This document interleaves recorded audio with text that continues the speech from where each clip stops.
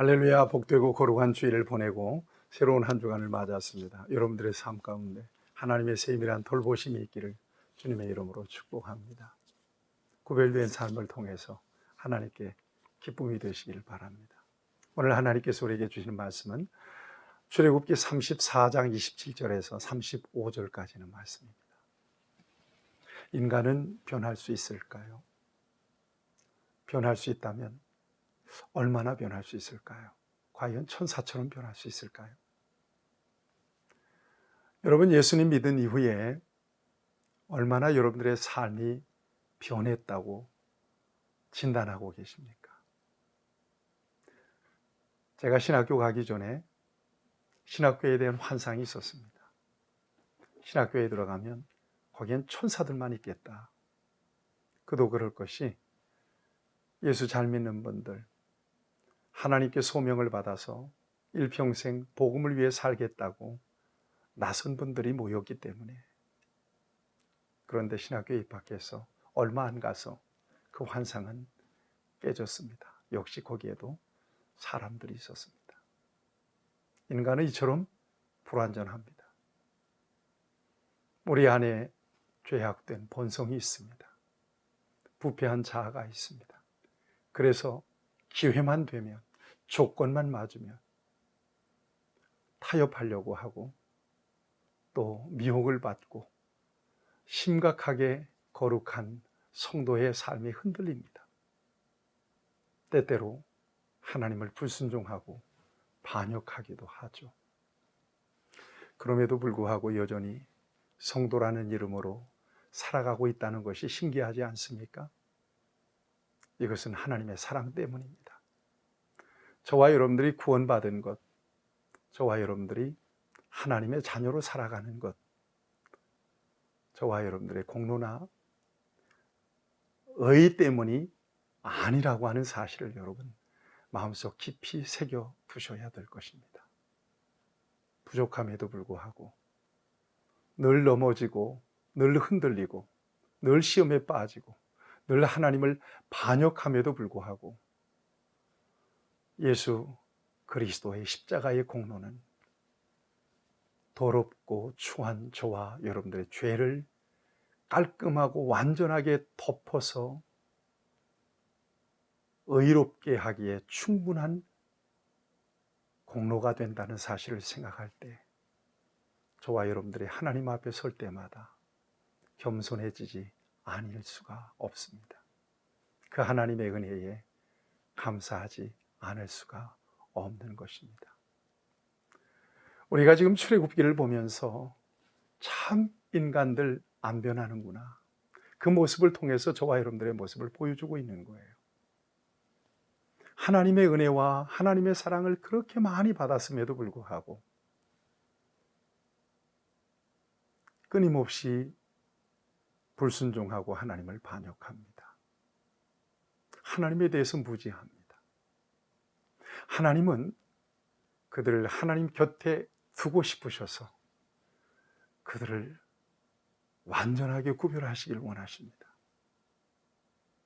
그런데 그들은 끊임없이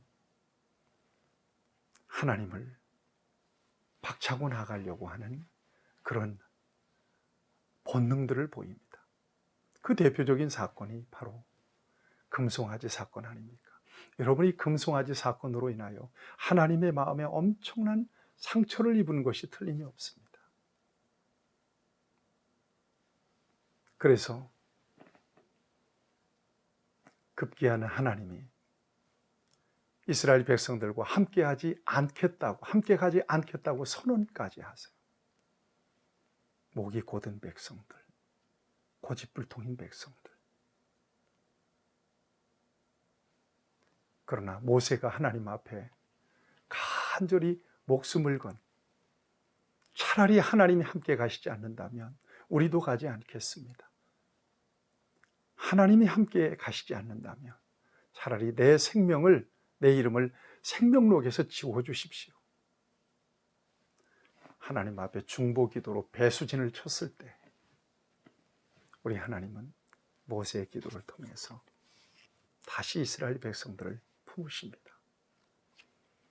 그리고 분노를 표출하면서 깨뜨렸던 이 십계명 돌판, 여기에 새겨주셨던 하나님의 말씀, 하나님의 계명을 다시 주기를 원하셔서 친히 모세에게 돌판을 만들어서 시내산 위로 모세를 불러드립니다. 그리고 거기에서 40일 동안 그를 만나 주시죠. 하나님께서 말씀하세요. 절대로 우상 만들지 마라. 내 명령과 규례를 지켜라. 절대로 바알과 아세라 신들을 깨뜨려라. 그리고 가나안 땅에 들어가거든 이방인들과 섞이지 마라. 너희 자녀들과 그들의 자녀들이 혼인하지 말아라. 그래서 그들이 섬기는 신을 섬기지 말아라. 그리고 여호와의 절기를 지켜라. 무교절을 지키고 안식일을 지키고 칠칠절을 지키고 수장절을 지키고 절기를 지켜라. 철저하게 명령하십니다. 그리고 그 명령을 모세가 기록하고 하나님은 돌판에 새겨주십니다. 사랑하는 여러분, 이렇게 하나님께서 집요하게 이스라엘 백성들을 관리하시는 이유가 어디 있겠습니까? 그들을 구별하셔서 당신 곁에 친밀하게 두시고 그들을 통해서 하나님의 구원의 역사를 완성하시기 위함이었다는 사실입니다. 이제 시내산에 서 있던 이스라엘 백성들은 하나님께서 가나안에 대한 비전을 분명하게 확실하게 심어주시고 가나안 땅에 들어가거든 이렇게 하나님을 섬길 것까지 말씀해 주십니다.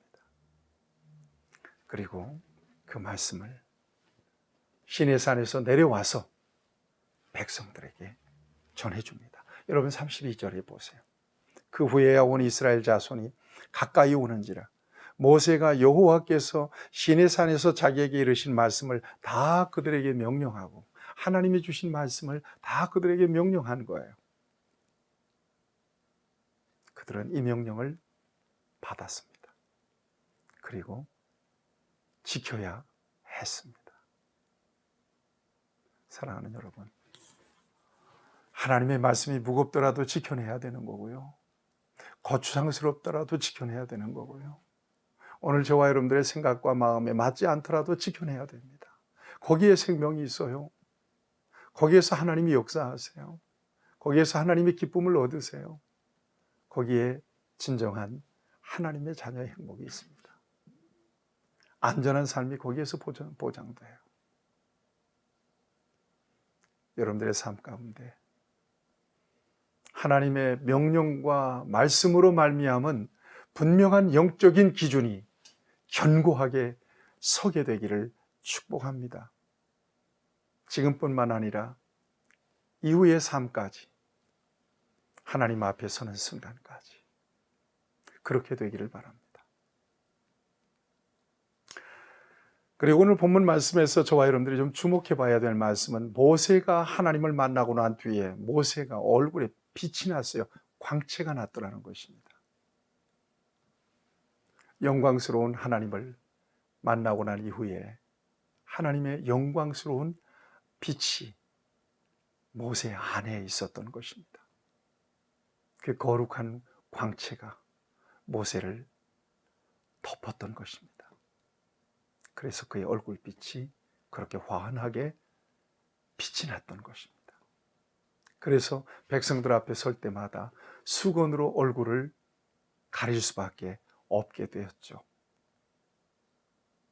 사랑하는 여러분, 얼마나 아름다운 모습이었겠어요.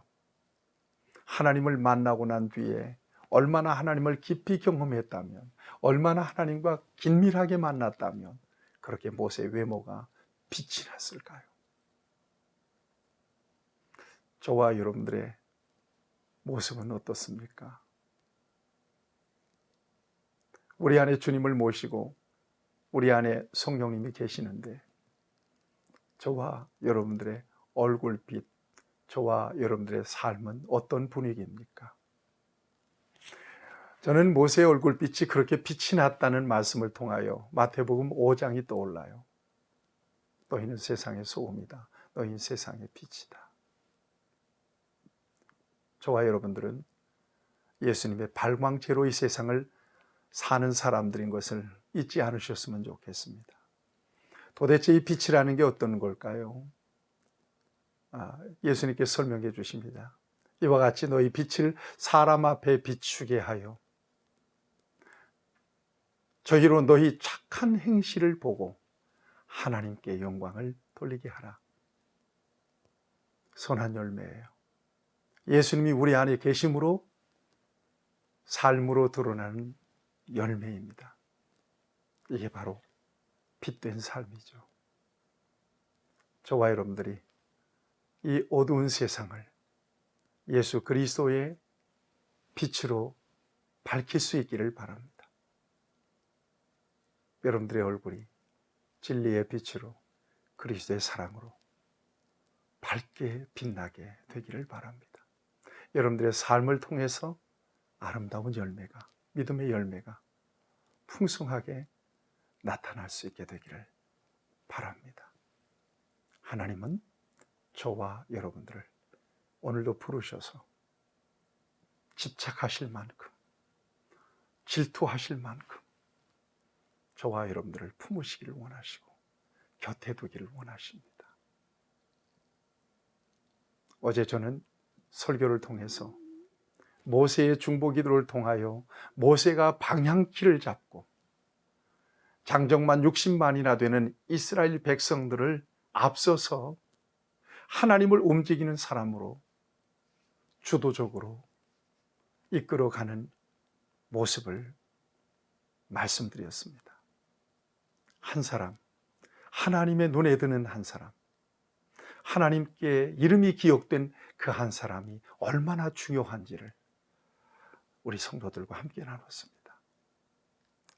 여러분, 어디에 있든지 너야말로 내 눈에 드는 사람이다. 너는 잊을 수 없는 이름이다.